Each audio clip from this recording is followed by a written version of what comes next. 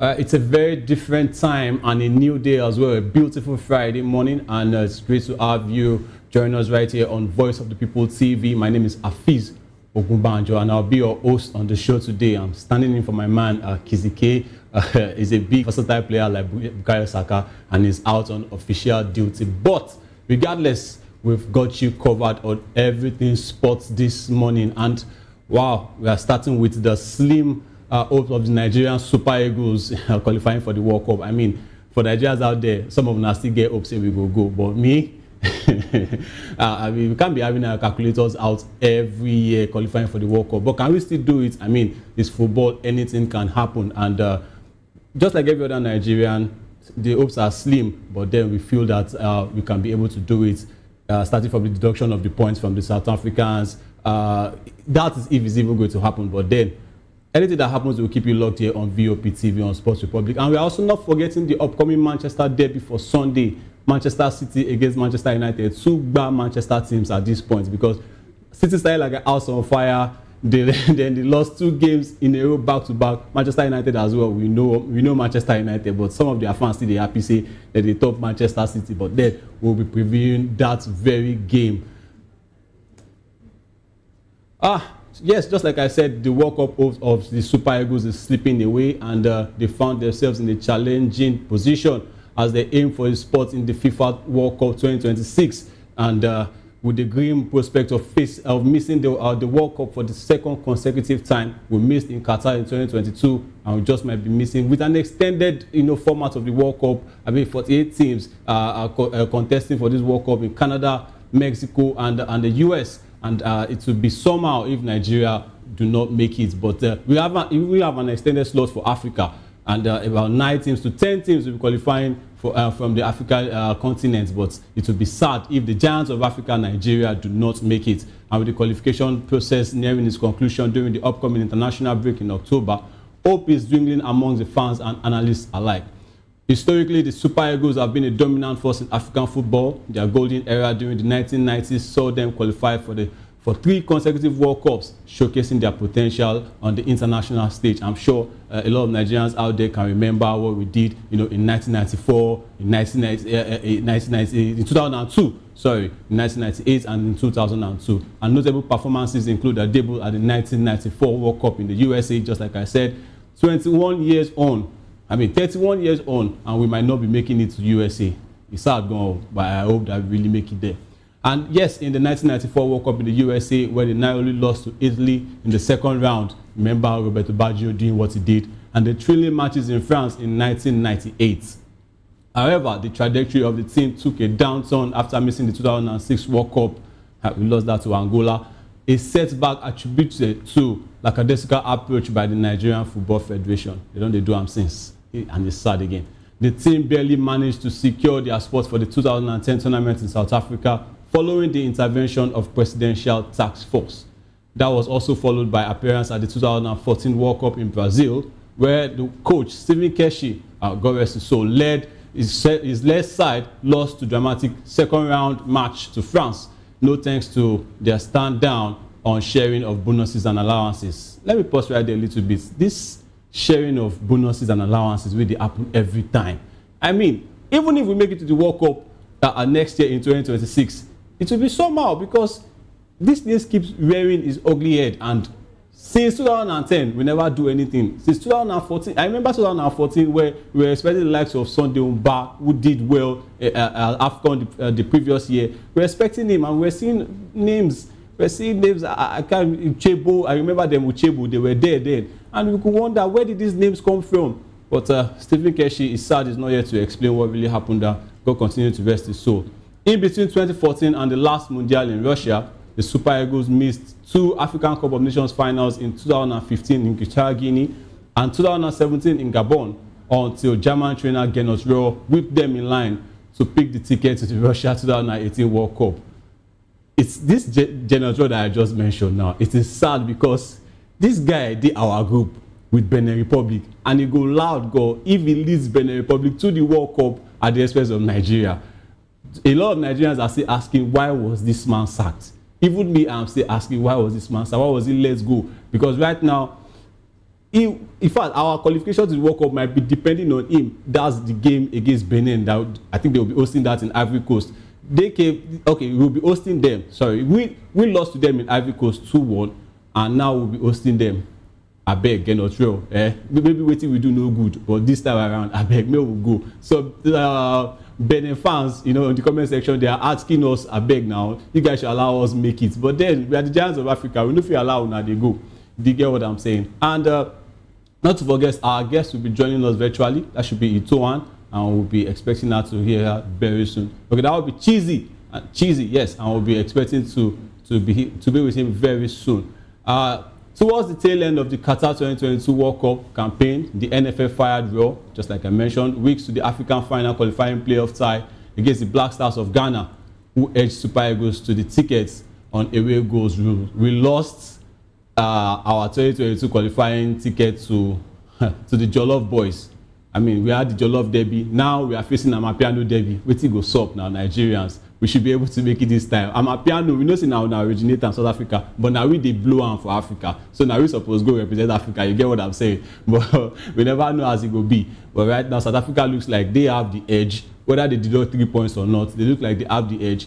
Now we the battle for second place. It's not supposed to be so. We are giants of Africa. Now we suppose they get that first place. Many others they follow us for back. Morocco don't go now. Tunisia don't go. What's up, Super Eagles? It will be bad. I had someone call us from the US.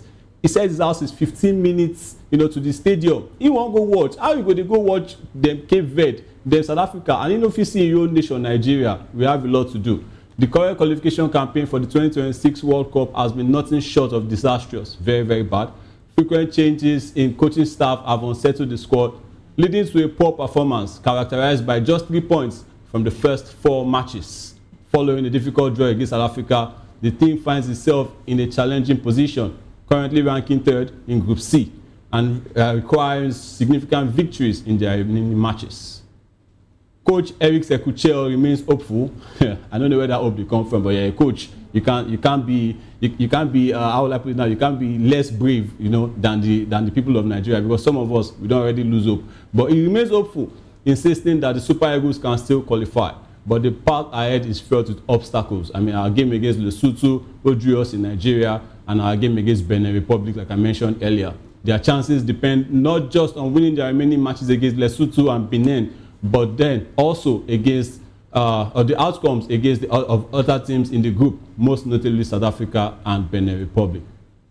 To make matters worse, the new qualification format introduced by FIFA has complicated the chances of a successful campaign. Africa is set to have 9 direct slots. Like I mentioned earlier, the top 9 of the 9 groups will be representing Africa at the World Cup, with the additional opportunities for the best runner-ups, yes, through playoffs of a process that constrains Nigeria's chances of even further given their current position. As the team prepared for the final matches in October, the echoes of past glory seem distant, and the spectre of missing out on the 2026 World Cup looms large. While several other African teams are positioned better in their respective groups, the Super Eagles will need not only to rely on their own performances, but also on the misfortunes of their other rivals. Calculators don't come out. We are supposed to have done our job since Morocco. I think they are on 18 points. They have already sealed their place at the World Cup when they were on 16. Okay, they are on 19 points. They've sealed it when they were on 16 points. These guys are already gone. They're not even thinking about what is happening to the other teams. They've done their job. They fielded the second string side against Zambia and still won. What's going on with Nigeria? All right, so we have our guest Itoan, and Itoan, I mean, what do you think about the slim chances of the Super Eagles of Nigeria? This thing don't do too much. What is actually going on? What should we do? We can't be having our calculators every now and then. We should have done our job. And it's really sad, Itoan. I would love to hear from you. Itoan, can you unmute your mic and let us hear you? You are live. Can you hear me now? Yeah, Itoan, loud and clear. Yeah, good morning. Good morning. This time, it is very, very disappointing and disheartening that the Super Eagles could not, it's as good as we cannot qualify to the World Cup as it stands. I saw the last game against South Africa and I was disappointed. From the beginning of the game, in the first 25 minutes, we didn't play like we we had anything at stake. We allowed the South Africans come into the game, and they played us like we were not professionals. And we know that controlled we that game have now. we We have controlled the guys game who in the first play. half now. The first half, we had the chance that we I am talking equalized of now. in the first 25 minutes of the game. In the first 25 minutes of the game, the one I saw, Very we lethargic. didn't play like we wanted to score a goal. I heard people saying that they took us to rugby field. That's why we FIFA or CAF approved such a field. But I do not want to. I am not such a football fan who complains about pitches. You understand? I talk about the play generally. Now, coming to the question, I am disappointed that it's as though that it's looking like we are not going to qualify to the World Cup. This is very painful. Very painful, After not yeah. qualifying to the last World Cup in 2022, which we lost, we gave Ghana the ticket, Ghana Black Stars, and at this very time, it's looking like the South Africans, the Bafana of South Africans, of South Africa rather, are going to take the ticket of Group C. Now we are looking at if we can go into the playoffs, which is also very difficult. We are playing Lesotho away in our next game, Yeah. and Benin Republic at home. We should be able Now to we beat are looking Lesotho, right? Even though we do them here in Nigeria on a better pitch, because for those that are complaining about the pitch, we are playing on a better pitch. Exactly my point. Exactly my point. We played on a better pitch and we I told drew. these people that we played Lesotho in Uyo, in our home ground, a better pitch, a very good pitch, and they drew us. We played Zimbabwe in Uyo, they drew us. So what are we What's the saying? The excuse? Bafana of South Africa took us to a rugby pitch. So at this point in time, I hope that Nigeria can get the 3 points against Lesotho away and 3 points against Benin at home. All right. Yeah, in Uyo, and see what can happen, because there are other better placed teams that are going to the playoffs. So I don't know where Nigerians are getting the hope of going to the playoffs. I don't know, but as a Nigerian Super Eagles fan, I hope that something good can happen, something miraculous can happen. Let me put you on it the is not spot. looking good Let me at put you all. on the spot, Itoan. If you say, if they come out those 3 points or even 6 points, some people are saying it's even 6 points. If they remove it from the South Africans, if they remove 6 points, for example, it will drop them down to 11 points. Do you think Nigeria still have a slim chance if we beat Benin Republic and Lesotho to qualify? Of course, definitely. I know that we will beat Benin Republic in Uyo, yeah.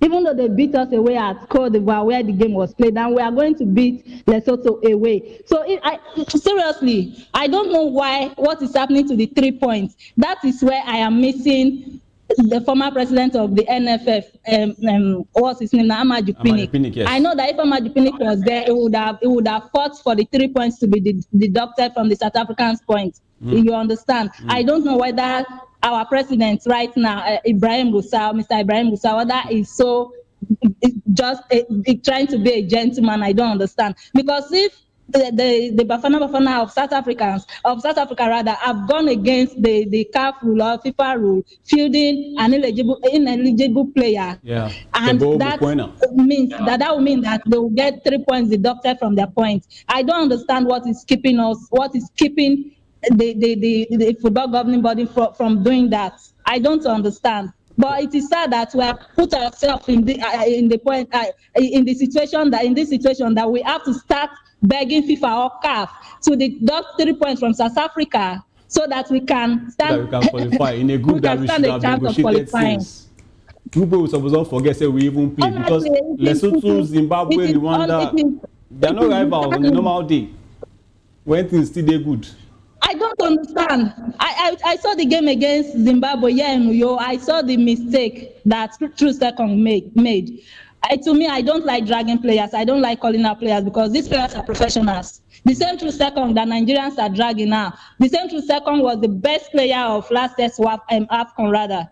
So I don't want to start dragging players, but we played 8 games, or we played 7 games before the one of against South Africa on Tuesday. So what happened that we couldn't play well? We didn't play well to get the much needed points that we needed. Now we have put ourselves in a situation whereby we start begging FIFA, we start begging CAF to deduct 3 points from South Africa so that Nigeria can go through. All right. It is painful. I am not happy as It's a really Nigerian painful. football fan. I am not No happy. one, no one is happy in Nigeria right now, except for maybe those that have actually said that something like this will happen. They've seen it from far. You know that NFF.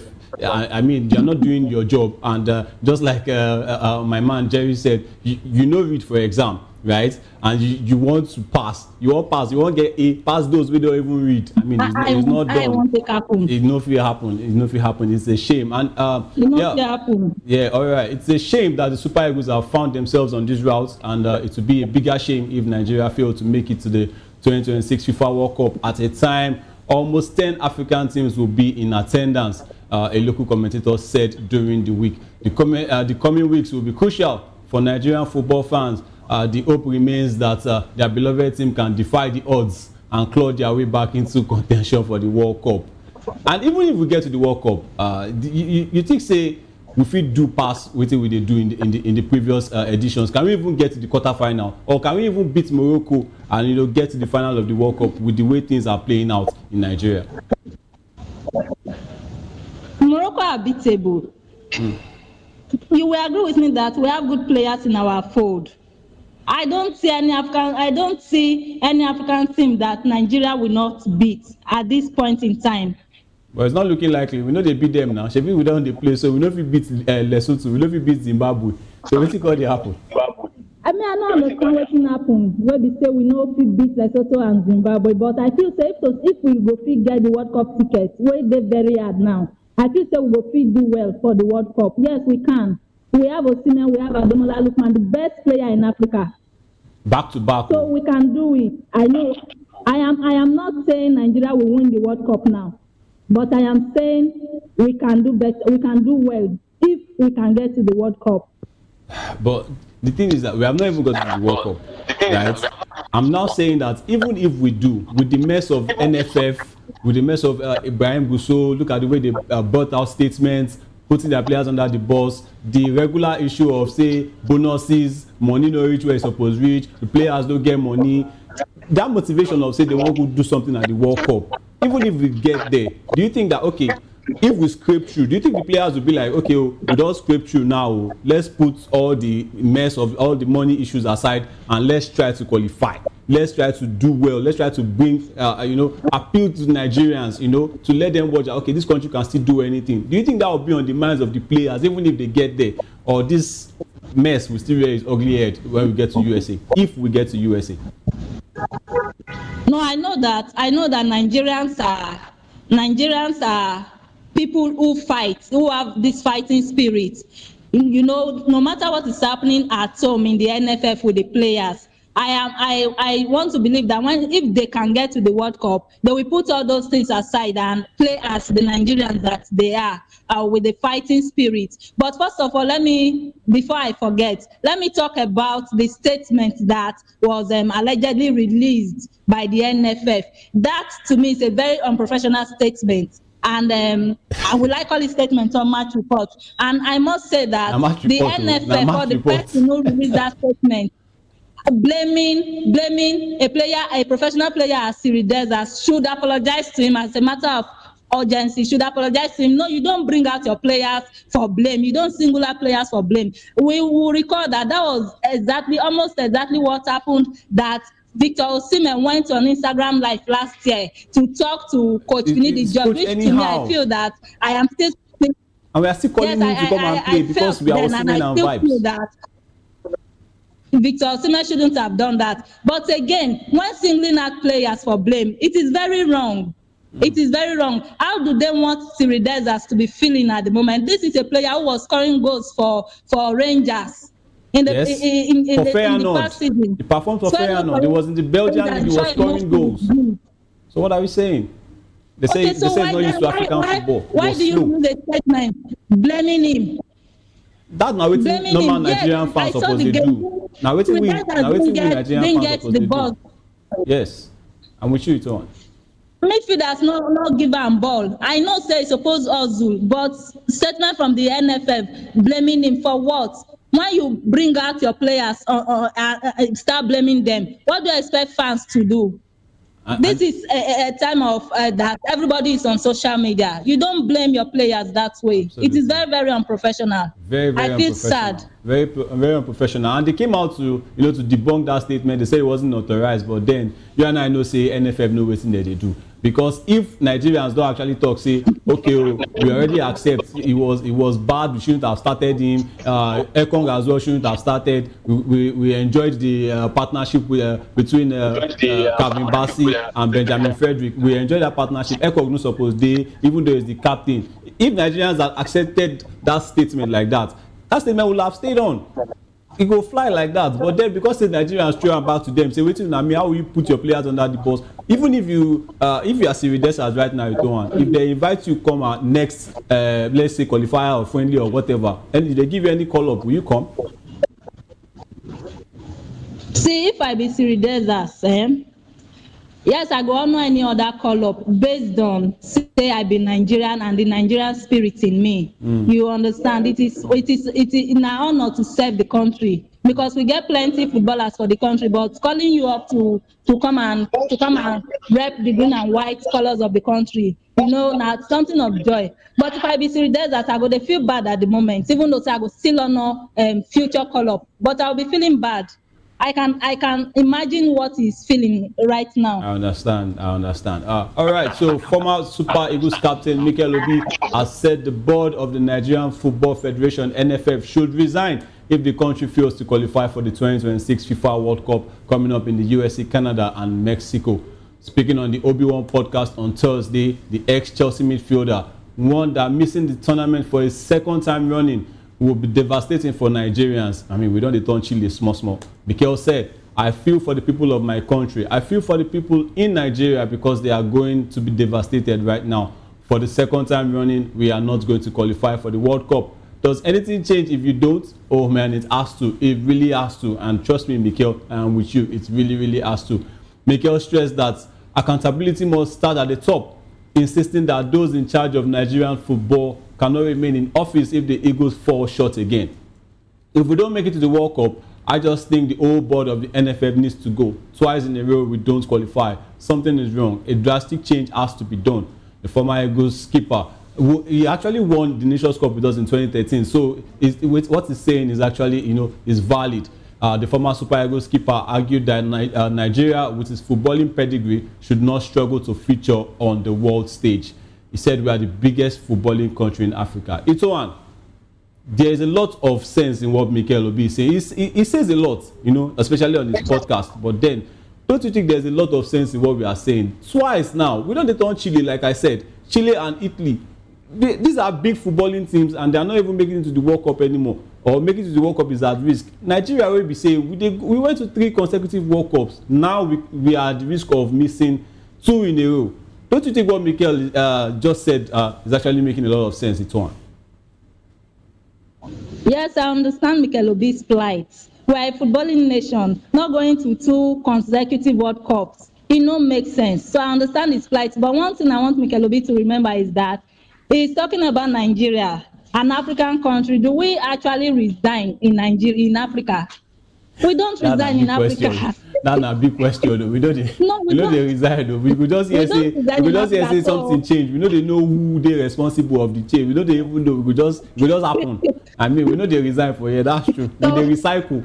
Let me put it that way. So we know they resign for Africa. That one when they talk, I just want to make you understand. Say it will not happen. But I, for one, I feel that Nigerians who actually love football should get into the NFF so that they can effect some changes. I saw on social media, I've been reading on social media, but I'm not sure how true that is, that former ex-international Jeje Okocha is going for the NFF position. He has debunked the statement. They say, they go. Yes, I also read that he has been debunked it. Okay, the thing is this. To me, I feel that the likes of Jeje Okocha, the likes of Kanu Nwankwo, those who have played the game, before. I know that it's a different ball game that to play the game as a footballer or as a player and to go into administrative to go into football administration. You understand? So I am not saying that because Jeje Okocha is an ex-international, he will do well in the NFF. But I just feel that those people can come in, just like what Samuel Eto'o is doing in Cameroon. I know that some people will not agree with me that Samuel Eto'o is doing well in Cameroon, but I feel that not Mikel Obi now, maybe JJ Okocha, Kanu Nwankwo is already doing something with Eyimba FC of Abia State. Maybe those people can come into our football and see what they can do, because to me, I feel that the people that are in the NFF, some of them are just politicians. They don't really know much about the game. Some of them don't know where they go on. Some of them don't even know the quality of the players that they bring in. It just be like, say, they just did there, okay, now players be this, so now this one's go play, how much go they inside for us? I think that's just what they are interested in. And because just be like they don't know anything.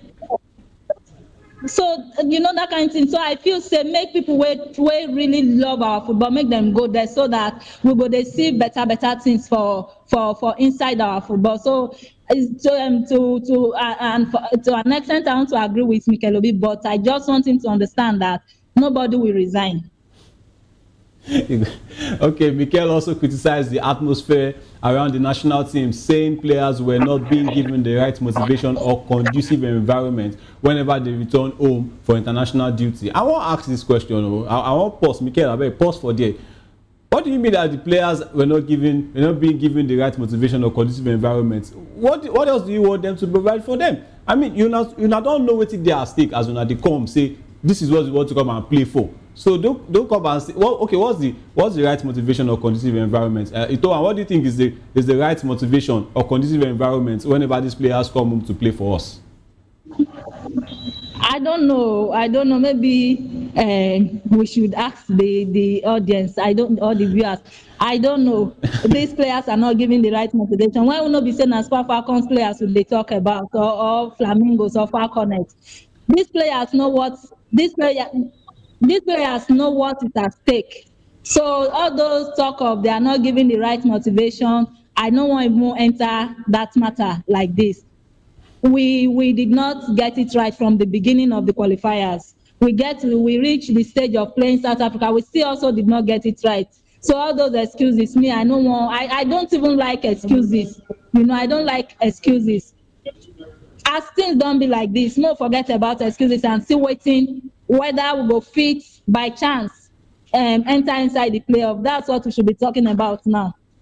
All right. I just hope say maybe for the next two games, against Lesotho and Benin, maybe we are going to have a right environment, just like Mikel has said, and so that they won't feel uncomfortable, because while pointing responsibility of the players, he also insisted that the root of the problem lies in the leadership, and he also suggested government intervention may be needed to arrest the decline. He said, according to Mikel, he said, yes, the players have to take responsibility, but the biggest problem is from the top.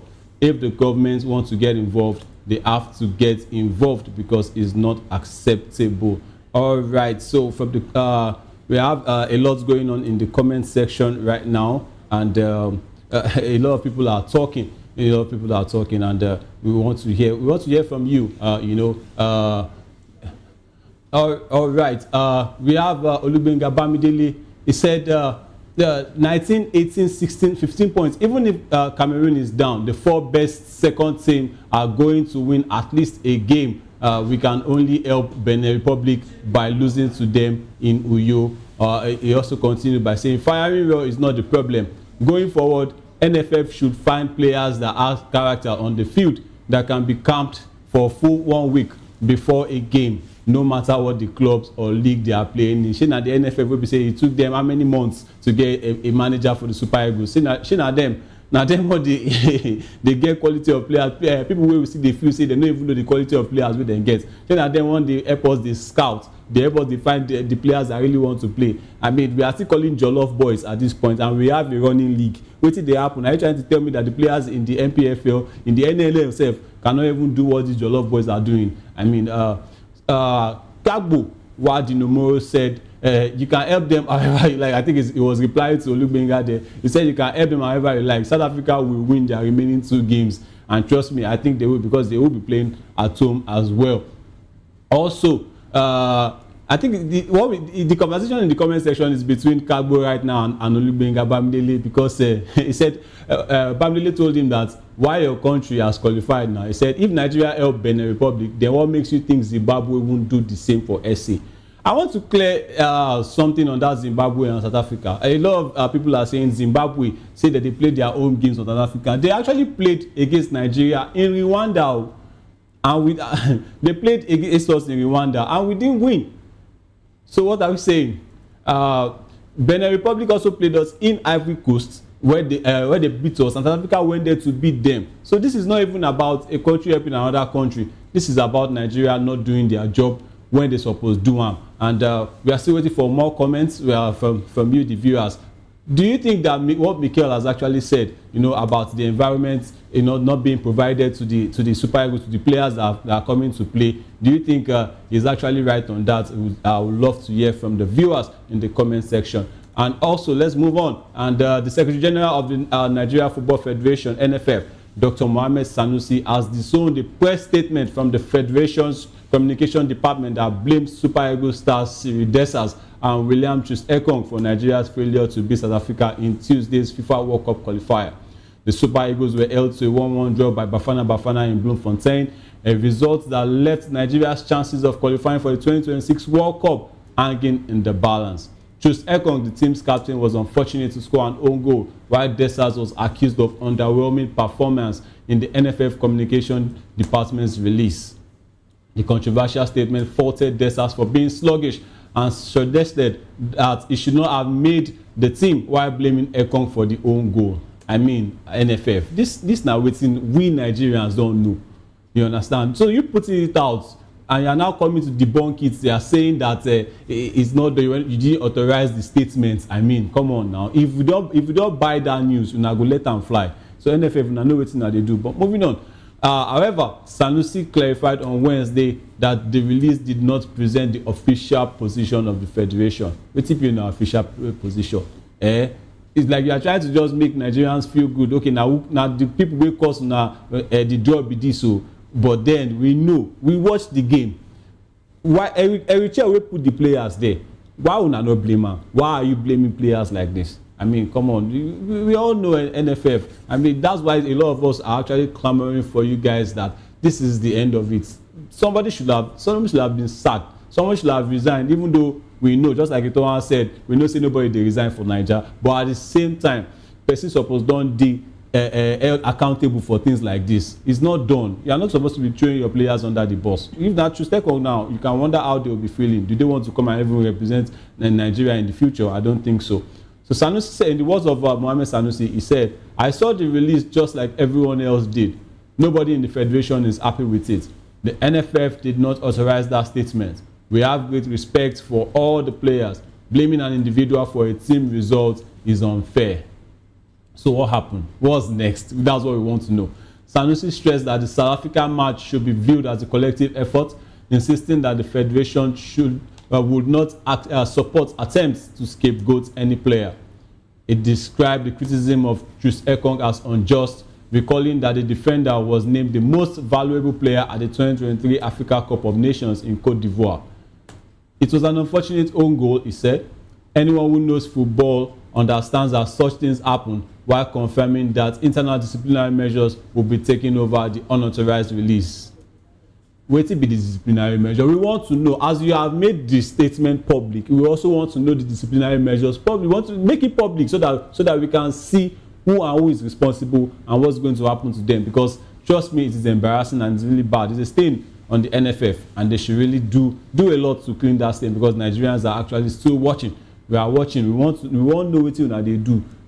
Why somebody will go inside the communications department. I wish I could get someone from that communications department right now to speak to us, because why would somebody go behind your back and release such statements, and you are claiming that you don't know about it? As big as a federation as NFF is really, really bad. Sanusi further expressed confidence in the unity of the team, assuring that preparations were ongoing for the remaining qualifiers and the 2025 AFCON in Morocco. Stepping away from football, all right, for a minute, let's step away from football. And Bafana of South Africa are likely to play their final home game in the World Cup qualifier series against Rwanda at the Mbombela Stadium. Yes, we know that they won't be playing that game in Bloemfontein. You know, the last game came up against the Super Eagles of Nigeria. It was played at the Toyota Stadium in Bloemfontein, a pitch that is synonymous for hosting rugby games much more than the football games, and was in a horrible state for the game that ended 1-1 on Tuesday. Criticism trailed the state of the playing surface, with coach of South Africa Ugo Buss calling the idea to play the game there is a stupid, he called it a stupid decision. Wow. Players of the senior national team of Nigeria are also quick to point out the poor state of the pitch. They have now decided to return to a proper football pitch, not just for the home game against Rwanda, for also their final game against Zimbabwe. Hold on there, South Africa. Una know wetin una do. Come on now, don't come and give us this. We did not. We also didn't know that the pitch was like that. The pitch was bad. Una know wetin una do now, South Africa. We don't play them. Shey una don't get una draw. Now you want to go to a proper football stadium to go and play against Zimbabwe, abi? Nice for South Africa. You not do well. Una don't get una 1 point. We don the hang, abi? Una don't try. Let's move to home games now. We say we find our own stadium for here. We go do another kind of structure wey una do us. So reports have it that there were three major external factors, including the state of the pitch and the hostile environment, that affected Super Eagles, noting that the pitch was watered with 10 minutes, just 10 minutes to the game, which made it very slippery and muddy. Salty. Abeg now. This is what they do. This is when I'm meeting after death now. It's not done. Furthermore, it reads from the very blast of the referee's whistle, the South African fans engaged in intense and relentless vocal intimidation, which served as a powerful psychological weapon against the visiting Nigerian team. Well, I think we have our rugby team that will be playing against South Africa. They never leave us for neck, and they want to move that game to a football stadium. Leaving a rugby stadium to go to a football stadium, I mean, South Africa now, that would don't pass now. You don't pass now. So we are moving on to the EPL preview with Manchester City and Manchester United. I mean, the World Cup qualifiers all around the world seems done and dusted, and we are back to club football. And yes, in the English Premier League, Manchester City will be playing up against Manchester United. Wow. It's match week 4 in the Premier League, and we have a Manchester derby. It's a tasty game. We know how maybe in recent seasons it not be Manchester derby anymore because of the way the results have been going. Manchester City been beating Manchester United, Erling Haaland scoring goals against Manchester United. But then Manchester United fans, I mean, you can be excited right now because you are leading Manchester City on the table. There are 4 points from 3 games, while Manchester City that started as a house on fire. You know, they beat Wolves 4-0, but then they lost to Tottenham at home, and they also lost to Brighton. So now I think they're 8 on the table with 3 points, while Manchester United, have 4 points. And Manchester United, with all the clouds surrounding Ruben Amorim, his tactics, letting players go without replacing them. Manchester United fans, do you think you can beat Manchester City? Do you think you can beat Manchester City at the Etihad? It's something Tottenham have already done this season. But Manchester United fans, do you think that you're having a turnaround already? Because you won your last game, you gained your first win of the season against Burnley 3-2. Burnley also had a South African player like Foster who played against Nigeria, just to put that in. But Burnley, you won their first game against Burnley 3-2. Brian Mbeumo scoring, Bruno Fernandes scoring. Do you think that form now, after this international break, una fit carry am go the Etihad Stadium to go beat Manchester City? Because this should be the 197th Manchester derby in all competitions. And Manchester United, they have the larger win percentage. I think City have only won just 60 or 61 games, while there are 55 draws between these two sides. I would love to see Manchester United, try to defeat Manchester City, because Pep, you don't do a lot now in the Premier League. You don't do a lot. This is time to rest. But then Ruben Amorim is not to be trusted. It's all if we still have you there. Do you think Manchester United can go to the Etihad and do something and beat Manchester City?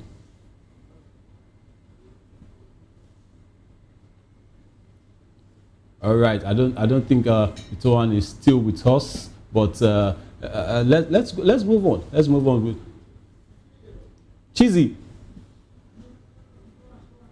Oh, Oh, Itoan, if you are still with us, Itoan, let's hear your let me Can you hear me? let me hear your Sorry, let me hear your prediction on the Manchester derby. What did you say? Did you say Manchester United fit go to the Etihad, with the form wey dem dey? Because na dem dey actually lead Man City now. They have the bragging right. You know their fans. Any win will give them joy. Do you think they will go to the Etihad Stadium and do something against Manchester City? Itoan. See, me, I don't understand how Man City takes out this league. I'm talking of Man City now. Even last season, I don't understand them. They were playing like no be the same man. Sorry, yeah, it's noisy, please. I am actually at work in the stadium. So I can hear you still. You're live. Okay. So I don't know. It is a derby. That will be a derby game. It's a derby game. It's a derby. So right now, Nana is not with the Man United that team. One they give Man United fans joy. You say Nana no dey, but they still can't trust by him there or their new parliament. Nana na Man United fans greatest nightmare. So now you know they with the team. They Trabzonspor. So make we see wetin go happen. Me, I no fit even predict that game because Man City, I no understand wetin dem dey play now. And Man United, I know them before, right from time. I know how dem take dey play. But I feel say Man City go still carry this day because the game go play for Etihad. So Alan, who and Alan? Itoan. I am with you. If you look at Manchester United, they went all out for a striker. They complain say Højlund and Zexi are not giving them the goals. They went all out for a striker. Benjamin Sesko, they got him from Leipzig. This guy came in with 13 Bundesliga goals. I mean, who does that? That is poor in a league of that. They call him farm. We know as Bundesliga day. He has 13 Bundesliga goals and is brought into the Premier League. Ruben Amorim hasn't really given him that trust. He never given him that trust. Say whether now you won't lead my front line. Maybe I suppose they even stick with Højlund and and Zexi. But he has gotten his man. He's here to play him. He doesn't even have a Premier League goal right now. Meanwhile, the striker they want to go and face at the Etihad, Erling Braut Haaland has 3 Premier League goals already. I mean, is Sesko looking like a 30% Haaland wey stop to the download, or do you think that this guy can still do more for Manchester United? Did I hear you say we should compare Sesko to Haaland? I hope I didn't hear that. I don't talk so, but why not? I be like say I hear now. Na 90 million striker now. If the say 90 million striker no fit do anything, he go score goals. You want to compare Sesko to Haaland? So Haaland na quality striker anytime, any day. We know the quality wey Haaland be. So trying to compare Sesko and Haaland, I no even want to imagine am for now. Let's see what Sesko can do in the Premier League. Let's not compare for now. Haaland is a goal machine, anytime, any day. So what about Manchester City? Because say they went into January last season. They went into January. They got a certain Omar Mamouche. Omar Mamouche now has pulled up with a knee injury from the World Cup qualifiers with Egypt.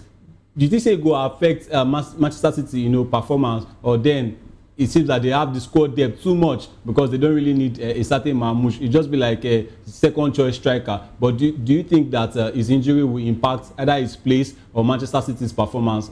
Starting from the game against Man United. You said it's like a second choice striker.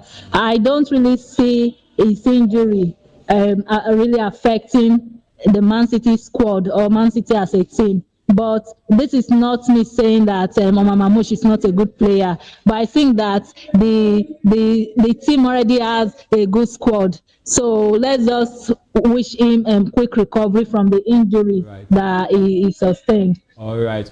So we are looking forward to the games that will be coming back. Club football is back, from the international break, from the World Cup qualifiers. We'll be looking ahead to all the leagues, all the games that will be coming up this weekend. And with that, I want to say thank you very much for being with us on the show today on Sport Republic. And shout out to my man Kizike, who gave me his very, very heavy boots, to feel this in boots. It is too size specific for leg, but at the same time, I hope you guys really, really enjoyed the show. And till next time, I want to say have a sporting weekend, and you catch us next week.